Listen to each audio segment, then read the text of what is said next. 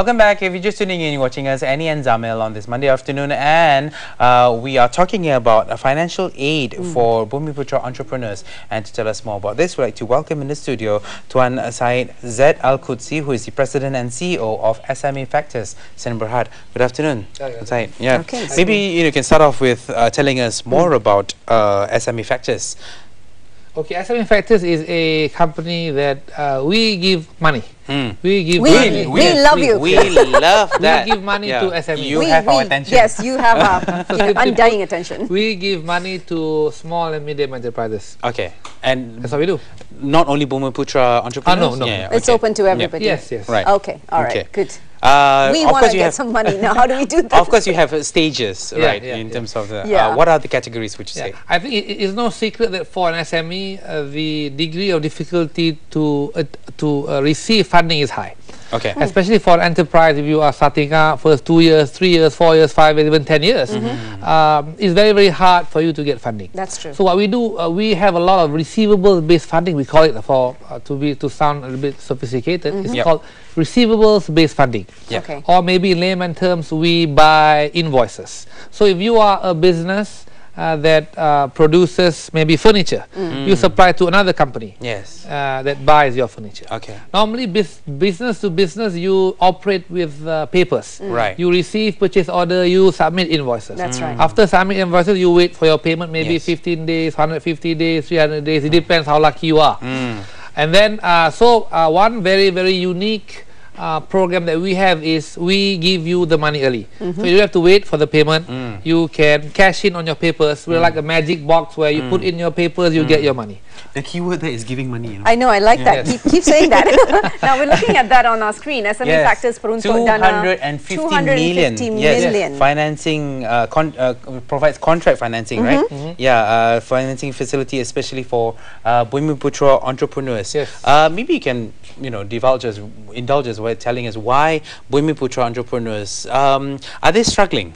Yes, I think actually entrepreneurs, Bumiputera, they are all facing a lot of challenges because it's not an easy thing to start a business. That's true. The general statistic for a business for the first 5 years, 8 out of 10 companies go down the drain, whether you are Bumiputera or not. I see. I think we launched this program simply because we were inspired by the announcement made by our Honorable Prime Minister by launching program Pemerkasaan Ekonomi Bumiputera. And to do that, when we saw that the board of directors felt that we needed to be in front, we wanted to take charge, we wanted to be participating in this program to be able to improve this Bumiputera businessmen. Then we actually devised a program where we allocated 250 million ringgit to be given to specifically Bumiputera contractors, because simply because we think that we want to together join in with the government to be able to help Bumiputera entrepreneurs. That's right. But that's definitely fantastic. Now we're looking at, as you mentioned, just picking up from where you came in from, you said in the first 5 years SMEs don't thrive very well. What, 8 out of 10? That's a general statistic. 8 out of 10 they close. Yeah. Wow. A general what statistic, is the worldwide statistic, whether you are here in Indonesia, in China, in Europe, anywhere. it does not matter. non-boomy, whatever. It does not matter. Right. So what is that challenge that, what are the factors for them? Why does it happen? I mean, why 8 out of 10? And what did they do wrong? I think it's a lot of combinations, a lot of factors coming in. Of course, we are living in a world where financing is more based on balance sheet, where you have to have collaterals, and people look at your track record as well. The more advanced, the more to the right you go in terms of your age as a businessman, you'll be able to get more and more. But when you start, it's difficult to get funding. It's difficult to get business. It's difficult all around. I think if you talk about businessmen in general, the most important thing is the mental side. The mind side. That's why the mind of a successful businessman is different. You have to be positive. You have to be able to go through hardship. I think, especially when I talk to a lot of my clients, it's like when you are in business, it's like you're entering this jungle. Where as you go in, 80 out of 100 people die. True. So before you go in, when you go in, you have to be prepared to make sure that you are the 20 of the 100. So you have to be able to prepare mentally. You have to be able to stand up, get up, and you will be hit on the go. You have to be a constant survivor. Right. Now, just to enlighten us, you know, those of us who are not in this business and maybe would like to do this, assuming Zamil and I would like to start a ice cream business. Yes. Just hypothetically speaking, not that we're talking about it right now, but we can think about it. Yes. Because we both love ice cream, and at the same time we know that you can provide us money. That's right. So let's talk about this. Now the scenario is Zamil and I want to set up a ice cream joint from a particular franchise. So take us through the process. What do we do? Okay, first you have to sit down and plan with Zamil 100 times over. Plan and plan and plan what you're going to do, what's going to be in the first 2 years, 3 years, 4 years, 5 years. Make your planning, and then what you do, go back to the room and plan again. Oh, okay, that's a lot of planning. Plan, because it is the most important factor before you do any business endeavor. You have to plan your business first. And then, of course, when you do that, when you do your planning, you will then encounter what I'm going to do if I do this, where am I going to get my funding. So the focal point is your planning. Right. Yes. And you have to do that inside out, upside down, left to bottom, all the way around. All areas, all angles. Because when you plan, you will mentally and physically go through your first 2-3 years of the business. So that when you mentally plan for your business, you'll be able to what to expect. Yes. Okay. After that, of course, you need to be able to have money. Yes. No money, no business. No way. You need to put your money in the business. And then, of course, if you need funding at the early stage, you need to know what are the resources to get funding. It's a whole lot of things. Yes, yes. But it goes back to the basic plan of planning. Do we have to provide information of a proposal? Not only proposal, projections. Projection of what we plan to do. Every single bit, that is when you can actually assist us with the for a financer, we need to know that you are in it for the right reasons. Yes. You need to know that you are able to know about the business more than us. You need to know that you are passionate about the business. Just to interject, you just hit the nail the nail on the head.